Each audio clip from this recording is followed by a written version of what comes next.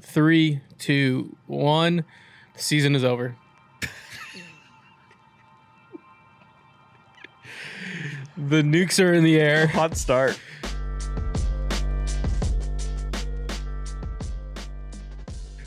War of the Worlds has happened. Yeah. Welcome back to Beyond the Diamond. Monday morning remote edition. Dez is in a great mood. I've disassociated from this team. If they've disassociated from me, I'm disassociating from them. A 4-game sweep at home against the formerly known as the Oakland Athletics, formerly known as Prince. The Athletics took you to the woodshed, and it was embarrassing. It was deflating. It was a proper ass kicking, and the front office and skipper and the team have to look themselves in the mirror and say, hey, this is who we have. This is what we got. No one's coming to rescue you. You got to figure it the fuck out. And welcome to the Trade Deadline Show. I'm not as upset. That's clearly upset. I think way better Houston Astros rosters have been swept by worse teams. I'm just going to say that. Yeah, it's just a little 4-gamer. It's just in the Astros, the blimp of it all. Were swept in 2017 by the A's and swept in 2022 by the A's. That 2017 and 2022 team ain't walking through that door. I mean, sure, but it's just like I'm not as upset about that roster getting swept. That I wasn't expecting that much from that roster. And I had very low expectations, and they performed below those. So I mean, I'm not happy about it, but I'm also, I mean, they still have the lead. They clearly have to figure shit out, though. I mean, this is the week. This is the season. I said it 2 weeks ago, or after the All-Star game. I said this rest of this month is the most important stretch of the season. And right now, we're seeing that. We're seeing where they're at a point right now where they have to make the moves, the right moves, and they have to get people healthy now, because I don't think this team can play catch up in August if they fall behind. I think if you let the Rangers or Rangers and Mariners are 4 games pass you back. up, I don't think you're going to be able to come back from that. If we're even, they're leaving. Yeah. So they have to figure this out now, and that's what the deadline's for. That's where this deadline comes in. Where would you rank this as far as stakes or importance of a deadline for the Astros in this, since 2015 run? I think it's 2017 was more important. I think that how big the stakes are. This is someone's tenure. I think you're graded on this deadline for the next 2 years if you're still here, whether that's front office people, whether that's skipper, whether that's even ownership.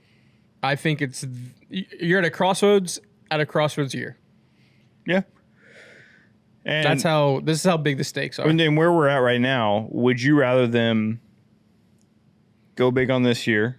That's a good question. Or would you rather them make smaller moves, signing people that are going to be, like, instead of getting rentals, signing people that are going to be around for your next year? Okay, this is kind of where I'm at. I felt like, and I put a tweet out and got a lot of chirps, but I said waiting for the deadline is wild. And I understand that it takes 2 to tango and teams are holding out. But this roster didn't just overnight get the bubonic plague. It's been like this for 7-8 weeks now. You should have been shoring up spots to this spot, waiting to the deadline and being, okay, at worst, the Astros have a 1-game lead at the trade deadline. Yeah. That is doomsday clock at midnight for me. Saying that, I felt like waiting for the deadline to approach, you gave away 20% margins, it feels like. Yeah. And it just it just not infuriates. It gets me just like frustrated in the sense of like everybody saw it coming. Everyone saw it. Like it doesn't take rocket science to realize that. And yes, there takes 2 teams to tango. Yes, when the deadline comes, people are asking, but other teams are making moves. Yeah, and so it's I would agree with those people saying that if the Yankees didn't just trade for 2 pretty good players. Like, not that those players were ones that they asked to shoring go, up margins. Like some players are getting moved currently, so it's possible. So if you wait to the deadline day, say you wait to the deadline and you go get 3 guys, they're not activated till Saturday. Like, even then, you're still behind the 8 ball. So it's like this. You might be back in the division by the time they get here. So it's like this. The sense of urgency just feels so. And this is what makes the Astros great, and this is why I'm a fan. Like, it's just reactionary. The never get too high and never get too low is fine. But when you're just when you're drowning, just fucking go. Like, when you're drowning, you don't want the person on the boat to be like, never get too low, never get I'm fucking drowning. There are real American lives. Call the Coast Guard. Everything's couples fine. Retreat right there. Everything's fine. So that's where I'm just like, my internal frustration is, because if a 4-game sweep of the Athletics isn't a fire alarm bell, I don't know what is. And I understand you don't make reactionary moves because of XYZ. But now you're the week of the deadline. Now you're in this whirlpool that you just got to go with the current. Wherever that current takes you, you have to go. You cannot swim into it. And so I don't know. I have a take that this team's going to look drastically different come Friday. I had a question I was going to ask you for a clip.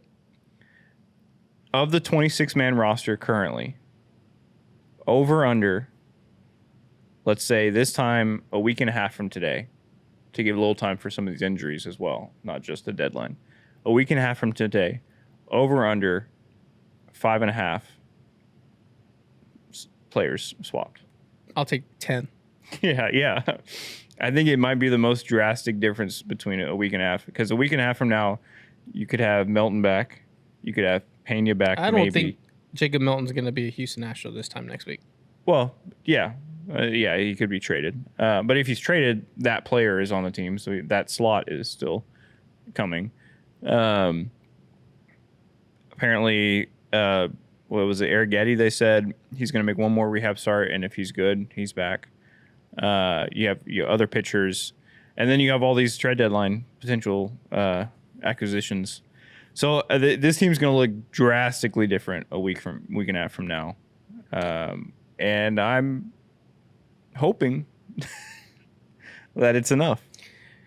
Yeah, I think you kind of have to figure it out in the sense of Isaac Paredes is probably done for the year. I am not confident at all that Yordan Alvarez will be Yordan Alvarez when he comes back. Granted, 70% of Yordan's probably better than a lot of people in the league, but you still need him to be good. Jeremy Pena's busting his ass to get back from a rib. I guarantee Jay Myers is busting his ass to get back from a calf. That's one step from a flare up. Yeah. So you're in this rock and a hard spot position, and this is probably scenario 3 or 4 on the big board of, like, if all things could go wrong, this is it. And you're in a position where your depth is thin. You have no bats. You're charting out a AAA team every night with a sprinkle of major league guys who are slumping. Yeah, I mean, of the opening day roster, it's pretty much Cam Smith, Tuve, Diaz, and Walker. Your only 4 starter, and half of those are three-quarters of those are slumping. Yeah. Yikes. Yeah. So I don't know. This team tends to turn it on when they feel that heat down their necks. So, like, I don't know. I'm disassociated. Disassociated. This it's not good. It's not good baseball to watch. Like, it's not even like, oh shit, they scrapped back like they were over the last 6 weeks. And I get it. I mean, these guys are gas. Like, yeah. They swept the Diamondbacks, which gave us a lot of run there. That's why I'm not as upset, because right now, essentially, they overperformed, and then now they're kind of underperforming / about to what you would expect from this roster. So they gave themselves enough rope But I would say this series against the Nationals, outside of the divisional series coming up later in the year, it's probably one of the most important series of the year. You have to win one. You have to win at least one, which is really frustrating. Yeah, really frustrating that's what I'm like. Please win one game against the Washington Nationals at home. Like, that feels like that shouldn't be that big of an ask. You just hope, this is where, I'll say this is where an ace proves himself to be an ace. This is where you need Framber to go out and go give you 8 innings, 0 runs, 1 run, and will this team to a W, basically. I'll say this.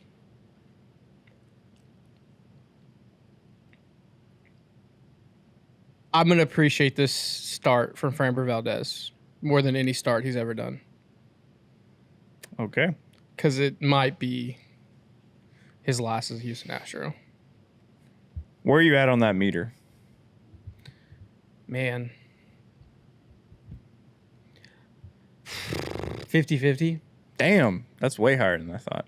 This is kind of where I'm at on the possibility of Framber Valdez being traded. Do I think Framber Valdez leads this Houston Astros team to a World Series in the fall pitching? 100%. Do I think Framber Valdez by himself can get the Houston Astros to the playoffs? I don't think so. So I think... You think it's worth exploring? But I don't even think it was worth exploring until this last string of injuries. Isak Paredes is done for the year. Most likely. Jordan, like I said it, all these guys coming back. Yeah. You have these wave of arms coming up. Do you take a gamble? Do you take a risk? Do you trade Framber Valdez and he's going to get a haul? Yeah. An absolute haul. And you just hope those arms come back and are just good. Because if you can get 2 prospects and 2 big league bats with control for Framber Valdez, for a rental of Framber Valdez. Yeah. I do think the scenario of, hey, we're going to be buyers and sellers, like we've seen the Mariners and we've seen the Rays do. It's not the Astros' way to do that. Granted, they showed their first card during the offseason when they did trade Kyle Tucker. So is this a shift in philosophy, or is it a shift of philosophy due to all the variables that happen around you? And that's where I'm leaning to. So I do think it's a coin flip if Framber's here for his next start, just because he's going to get a king's ransom. You're not going to sign him in the offseason. And if he can shore up 5 spots, essentially, yeah, I mean, like game theory says you have to do it, which I don't want to. But I hate the idea because I want to have an ace in the postseason. You want to have, you want to, and you have to. Right now, you got to get having there. That 1-2 punch is so important. But the more you're talking about it, I'm like, yeah, I mean, if you could get 2 major league ready bats to shore up that lineup, and then just fucking hope, I guess, that Arrighetti, Javier, Luis Garcia, one of those 3 can be, or in the aggregate, 2 of them can be at a level to replace Framber and overall lift your team up with a trade like that. I guess you have to see. You have to at least see what's this? Out there. I don't think that. I think that deal, if that happens, obviously he gets moved to the NL team, right?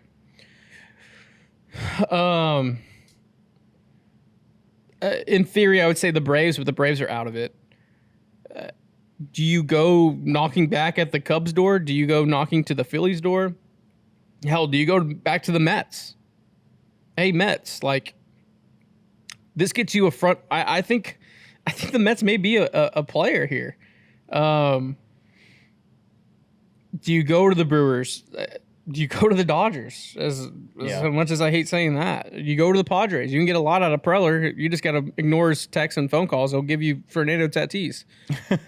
So even in this bucket that's small, the bucket in that bucket is smaller because the teams you're going to shift him to. You're not going to shift him to the Yankees or the Tigers Blue Jays, Mariners, Rangers. You Yeah. shouldn't.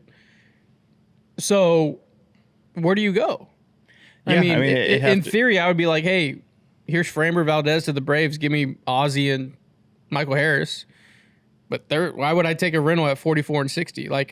So they're out of it. Yeah. So your bucket's only 4 teams. Yeah, it'd be the Mets, Cubs, the Dodgers, Phillies. That's pretty much it all I can think of because the Brewers have pretty good pitching, so I don't know if they'd be. Do you go to the Giants? With the Giants, Buster Posey, they're chasing 7. They're chasing 3 in the wild card. Would they make that move? Posey's been spending, so I don't know. It's interesting. I think the bucket is small, but I think all the variables that have happened over the last 2 weeks has kind of forced your hand and changed the philosophy of we go to buy sell. So Do you also I hate dictating terms because of variables changing, but life's not perfect. No, you have to. Baseball is a game of adjustment for on the field and off the field. You have to figure out what you can do this year to help your team win and help next year as well. Is there a scenario, a pretty drastic scenario, I think would piss off a lot of Astros fans, but also make some Astros fans happy? I don't know. I've seen split opinions on this on Twitter. But is there a scenario where you trade Framber to one of those teams, like you're saying, for a major league hitter, probably outfielder, and a catching prospect that's close to MLB ready, and then you go and trade Yainer Diaz for some other prospects, and then you have Caratini start, your everyday starting catcher. Call up Sally, or if this catching prospect is basically MLB ready enough to be a backup, or somebody that's already a young backup on a team. The guy that comes to mind for me is Ballesteros from the Cubs. He's their number 3 prospect. He's already got some run in the bigs this year, but he's blocked because they have Kelly, but he's older. The other guy, I'm just blanking. Amaya's. But he's blocked. But anyways, something like that where you kind of move. It's like one of those puzzles where you have to move one piece and then move the other, and you move these pieces around, and at the end of the day, you end up with a better roster all around. But it hurts a little bit because you trade some fan favorites. I wouldn't put it past Dana to make some moves like that. It would be wild. It'd be a wild deadline if that happened. Do you want to go over some of these positions? I'm going to name a position, and you give me your top 3 favorites that you would want. Looking at your chart? Yeah, or if you have another person in mind. I want to name these holes the Astros have, and you give me 3 guys that can fill that hole. Pause. All right. You ready? You want to look over? I don't know what you're doing over there for sure, dude. You want to look over a little bit more, or? Nope. Just ready to. All right. Clearly, one of the biggest needs for the Astros has been a lefty second baseman, infielder. The biggest that used to be. There's a bigger need. A third baseman that can slug.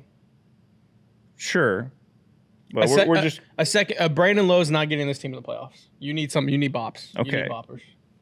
Okay. for the purpose of the clip, I'm going over. We'll get to that. We'll get to that. Well, we can do that first. Sure. Third base. Carlos Correa. Okay. Who else? Yoan Moncada. The guy playing down in the Sunday League, down 59. Dez is in a great mood for content today. It's just, it's limited. You have nothing to give, and This is just wish list. This is just who you like. You don't have to play GM right obviously Suarez. now. Okay, that's fine. I just need a name so I could put on a clip to put a highlight. All right. Second base. Brandon, I don't even want Brandon Lowe at this point. Why would you not? I don't want him. Nothing matters. God, this is fucking great. This is great. I mean, I'm just looking at your list. Brandon Donovan and Luis Garcia Jr. Actually, Willie Castro. I want Willie Castro. Yeah, well, my three. Number one is Willie Castro. Number one for me is Willie Castro. If you can get a Willie Castro and then a even like a Taylor Ward, I think that's a pretty good combo there. All right. Do you think the Astros should go after a starting pitcher? That's a good question. And if they should, who do you like? In this scenario, Framber stays or? No, I think get the GM mind out of you. Just look at names and say, I like that guy. I love Edward Cabrera. Okay. Yeah. I really, really do. I don't think they have firepower to get there. No, I think there's going to be a little bidding war for him. But I think because of the bidding war for Cabrera, I think some team's going to take a chance on Sandy and he's going to shove.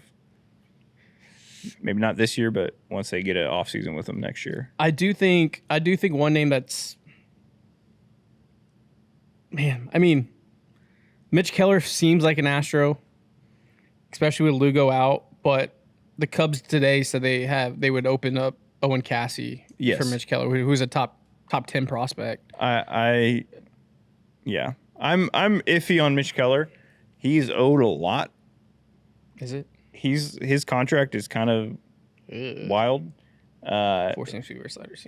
Yeah, he's not. I looked more into him, and I'm like, he's still owed 3 more years. Something like $17 million a year.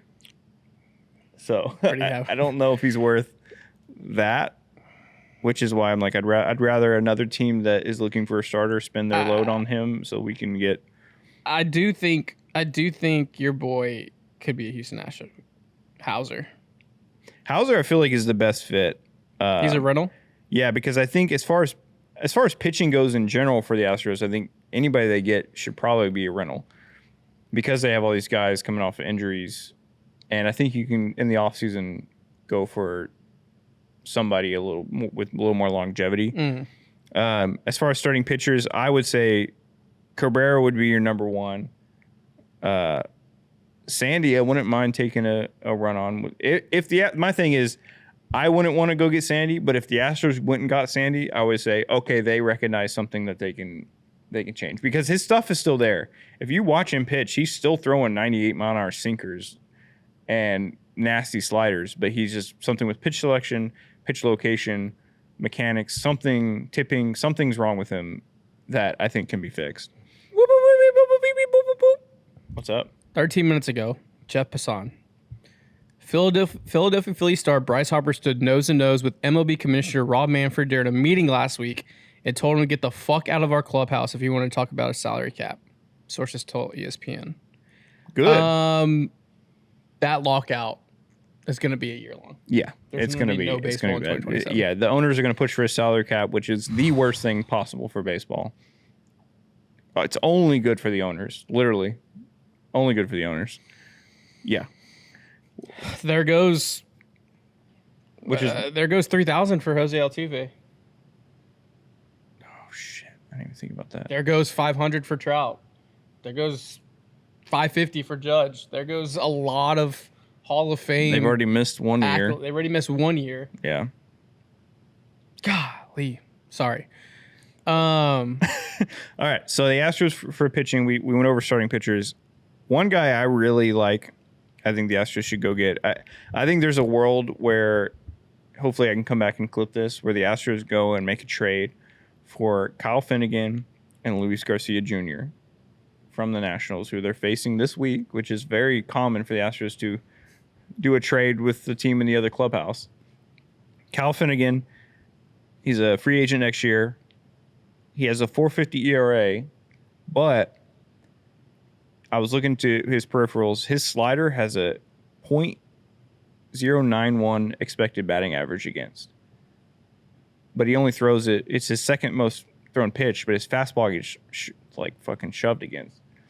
So I think there's a world where it's similar to Kikuchi, where they switch up some pitch usage. They go get Kyle Finnegan. He's your seventh inning guy, and he shoves. And then obviously I like Luis Garcia Jr. 742 OPS against righties. He's not amazing, but he's under club control for 2 more years, and he's a very solid lefty second baseman that you platoon with a Dubon and makes his team better.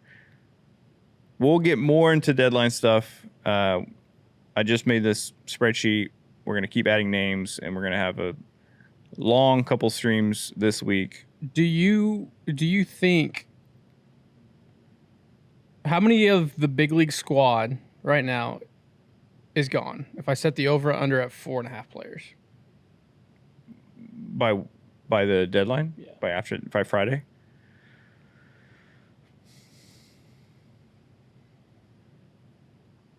Over.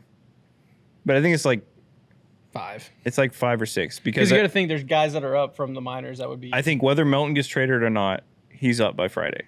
Whether he's up like him and his body, Melton is on the team Friday, or the person they trade Melton for is on the team Friday. I think we get 3 guys in the trade.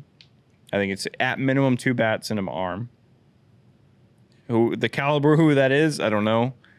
And I think Arrighetti is activated by the end of next weekend. I think his next start is Tuesday or Wednesday, so then he'd be activated to start on Sunday or Monday. I think 5 by Friday. By a week from Friday, there's going to be another 3, something like that. This team's gonna look different. That's why I'm not as doom and gloom as you are right now. It's frustrating, sweet, but this team, it's literally a AAA team. So I wasn't expecting a whole lot. I was hoping they would at least steal the Hunter game, and they fucked that up. But I just need 1 from the National Series. Hope you get at the deadline with at least a 2-game lead. Get reinforcements, and then pull away. You know what I think is going to be, the more I look at this chart? It's going to be breaking, from Jefferson, breaking, the Houston Astros acquire Carlos Correa and Cody Clemens in a blockbuster deal, sending home Houston's favorite son and the Rockets' favorite son. Roger Clemens? Oh, I see what you're saying. I thought you meant sending home from the Astros to Minnesota. I was like... I don't know who goes in that trade. I don't know who goes in that trade at all. There's a couple package deals, though, like that. I think it's going to be a package deal, because you could also say Mike Tauchman and Adrian Hauser. There's a trade. You package them. Like I said, Finnegan and Luis Garcia Jr., there's a trade where you package them. I think this is what it is. Taylor Ward and Yoan Moncada could be a package deal. Breaking. Houston Astros acquired Carlos Correa and Cody Clemens in a blockbuster deal for Yainer Diaz, Chas McCormick, Jacob Melton, insert prospect. Some companies still no. That's a good pull. That was a good one. Yeah, I mean, I think that seems like too much, though. If you're eating contract, it depends. It depends on how much of that Correa Minnesota contract. Twins pay down contract to $20 million AAV. Yeah, it depends on that contract. I do think there's a world where Yainer secretly becomes the Astros' biggest trade piece. Which not say that he's worth that much, but he's worth something. He's pretty good. Yeah, I could see it. I don't think they would trade Yainer unless they had identified another catcher somewhere in the league. That may be Yannick. And maybe, hey, Caratini, be a bridge. But you think Yannick's ready by like next year? No, that's what I'm Because saying. that's what they'd have to get something, because they're not running Salazar as the backup catcher. Well, I think you re-sign Caratini in that scenario. But even then, like they need a backup that's not Salazar. As much as I like Caesar, I don't think he's going to be the backup catcher, starting like 30 to 40 games a season. Yeah, I mean, do you send? No, yeah. It's weird because I feel like Yainer can go to any team, like any of the teams, because he has control. It's just that the Framber hookup, like, this list is great, but I don't think Framber's on this list. What do you mean? Of players. Like, in this pool of players, none of these teams need a Framber Valdez because they're out of it. Sure. Yeah. You know what I mean? Like, so yeah, I feel like that's a bigger trade that takes some people that we weren't expecting. Correct. Yeah, for but sure. With this list, you can, if you use Yainer as a chip. Yeah, I mean, this list also isn't any like prospects, because that's probably where you'd mostly get prospects for Framber. Would you rather have Cody Clemens with Correa and contract being eaten down, or Correa, Willie Castro with not as much contract being? Yes, Correa, Willie Castro. Yeah. I don't care about contract. Spend all the money, Crane. You're a billionaire. Do it. Yeah, I mean, I'm never one to care about contract. When people are like, "Oh, I can't believe you spent this much," good, spend money. That's fine with me. I mean, because if they make that trade, no matter what, they're over luxury tax. There's no way you can finagle correct. that. And then at that point, you go make for more. it. Go for it. Yeah, I don't know. I mean, we can keep talking in circles about the deadline, which we will do on Wednesday. We'll be live at I think the Astros game's at 1, so we're probably going to go live at noon. Get it started, watch the ball game, keep talking about the deadline. That would be the last game of the National Series. Hopefully they've already won today or tomorrow, to where we're not shitting bricks saying we absolutely need a win today. Hopefully they've won twice. Maybe they're going for a sweep and we can just relax and watch a game and talk deadline. We'll see. For sure, dude. Yeah, absolutely. We'll see. It's baseball. Absolutely. Man. You have the Astros versus the Nationals. You have Mariners versus the Athletics, and the Rangers versus the Angels. Just keep Athletics, stay hot. That's all you need. Well, you need the Rangers to cool off. Yeah. 6 in a row. Tonight is a little bit of a tryout, I think. I mean, I literally pulled this name out of my ass. I don't think he's available for trade, but I really like Brad Lord. And I think he's going to have a good start against us. His stuff reminds me of, without the speed, it reminds me of a young Garrett Cole peripheral wise. I don't think that good, but like one of those guys the Astros identify, maybe more on the Kikuchi scale. Guys, the Astros lab can identify and say, "Oh, we can turn this guy into an ace." That's what I looking at Brad Lord. That's what I see. Okay, another scenario. Okay, I agree with that. Do you call the Angels up and say, "Hey"? Don't say it.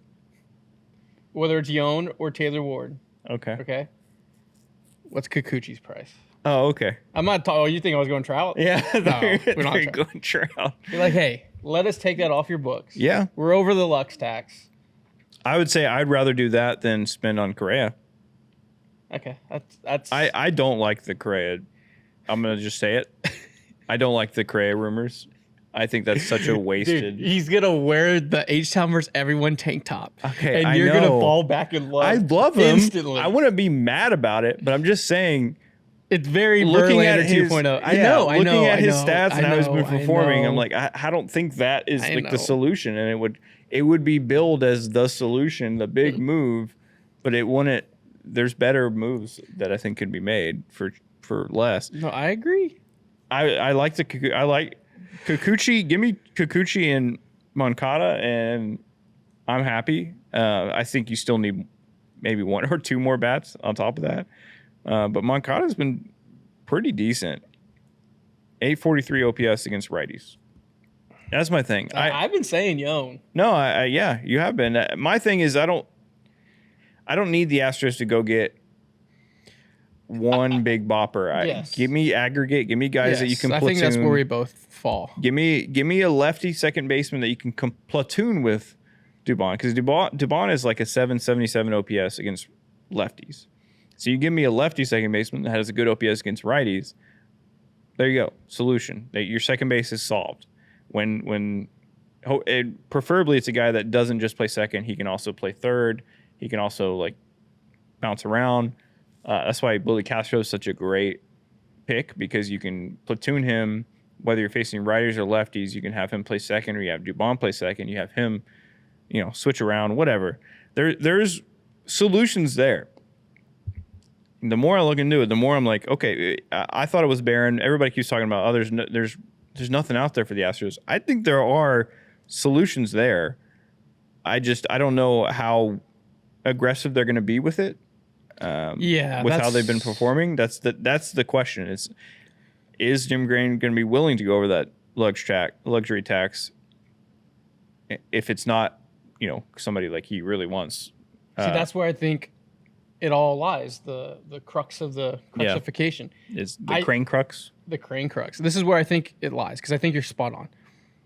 The Astros go over the luxury tax if Jim Crane is a facilitator getting his guy he wants. And then he's willing to do it. If it's not his guy, he's not going to pull out his pocketbook. If not, it's 4 scattered bat moves that are not sexy, that have the fan base in a turmoil. But I think that path is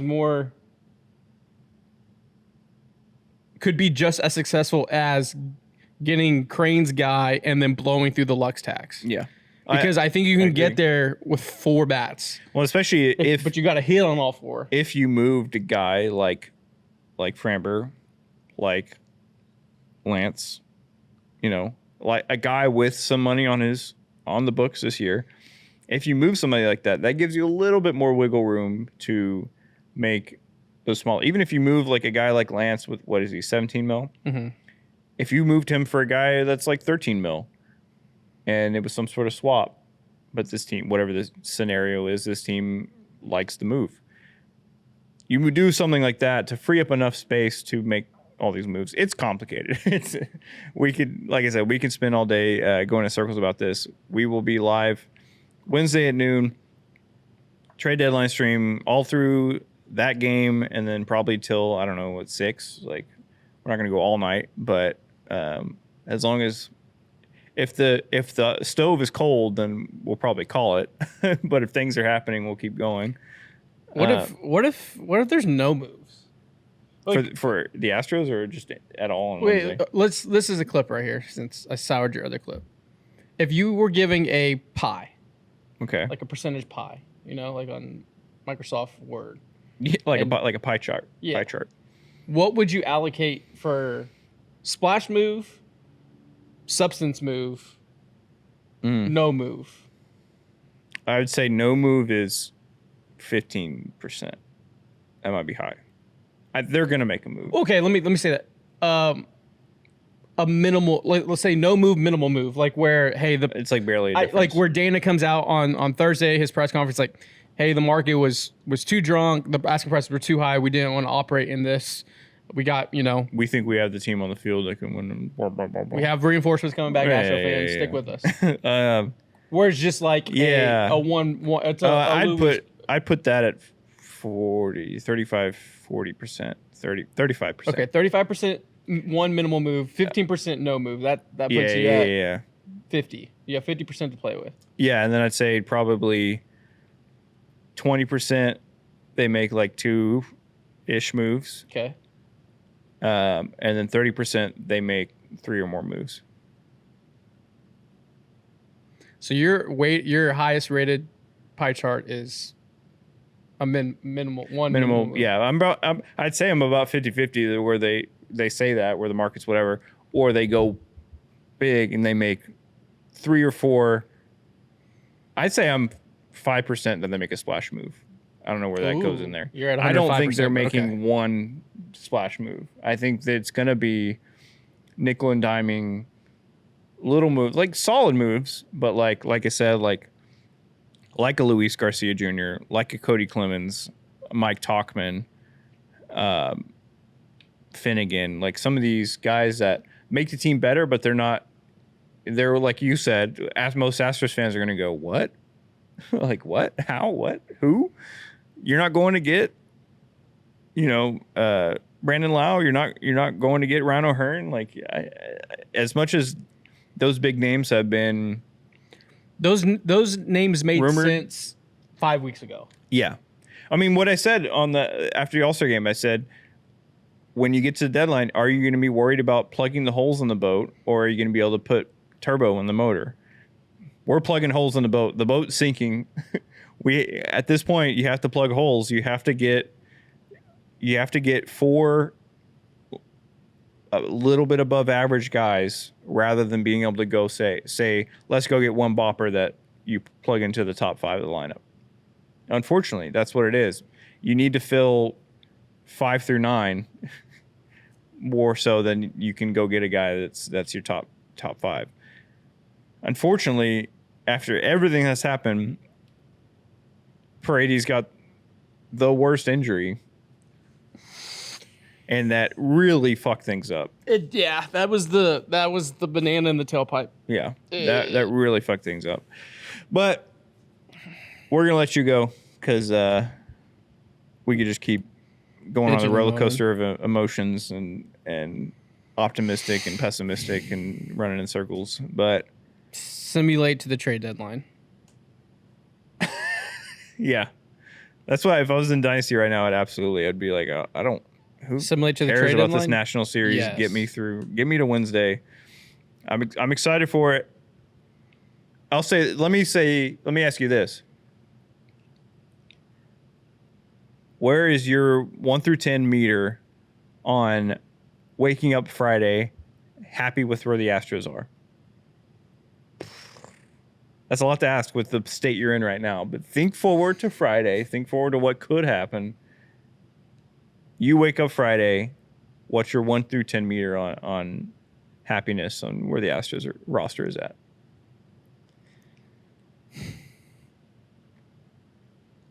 Four and a half. That's higher than I thought. I'm gonna say 7.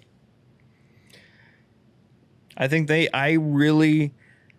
I've been a Dana Brown guy, as annoying as he can be, as annoying as he could be on with his positiveness and the way they handle injuries and all that stuff, which I don't think is all on him. I think that's a lot of him trying to do what he can with.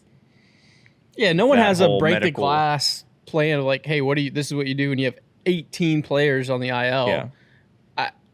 I think he's gonna pick up at least 3 of these guys on my list here. Maybe guys that aren't on my list that can make this team better.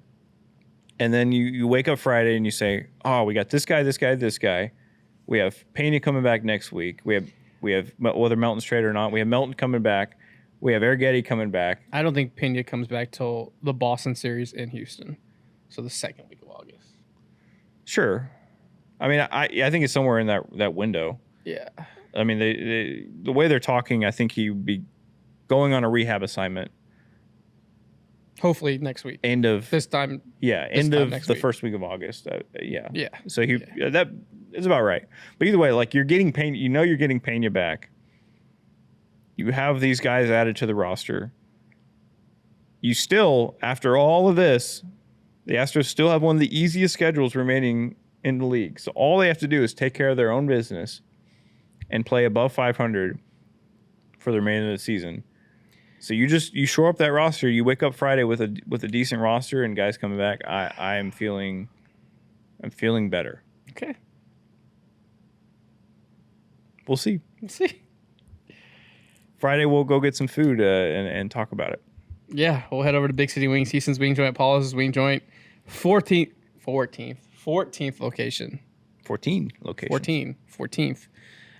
In Cypress, just opened up. Tomorrow is their 75-cent wings for National Chicken Wing Day. So head over on Tuesday, the 29th, to Big City Wings and get in on that. And if you zing, we zang responsibly. Get your Zing Zang, whether it's the number 1 margarita mix, the michelada mix, the pre-made with vodka already, and the blazing Bloody Mary. Head over to Specs, Total Wine, or HEB. Zing responsibly. Yep, and that's going to do it. We will, like we said, we will be back here Wednesday at noon. We're starting our trade deadline streams. We have some plans in mind. Obviously, we're watching the game at 1, and then Thursday we'll be back pretty much all day until the trade deadline at 5 p.m. Central Time.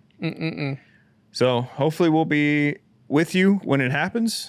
We'll get Dez a little blankie and a pillow and let him take a nap. It'll be a good time. Hopefully we're not all sitting here at 5 p.m. Thursday just pissed off and angry. But I think that might happen with the guy to my right. Thank you for watching and listening to Beyond That Podcast. We will see you next time. Peace. Love you guys. Go Astros.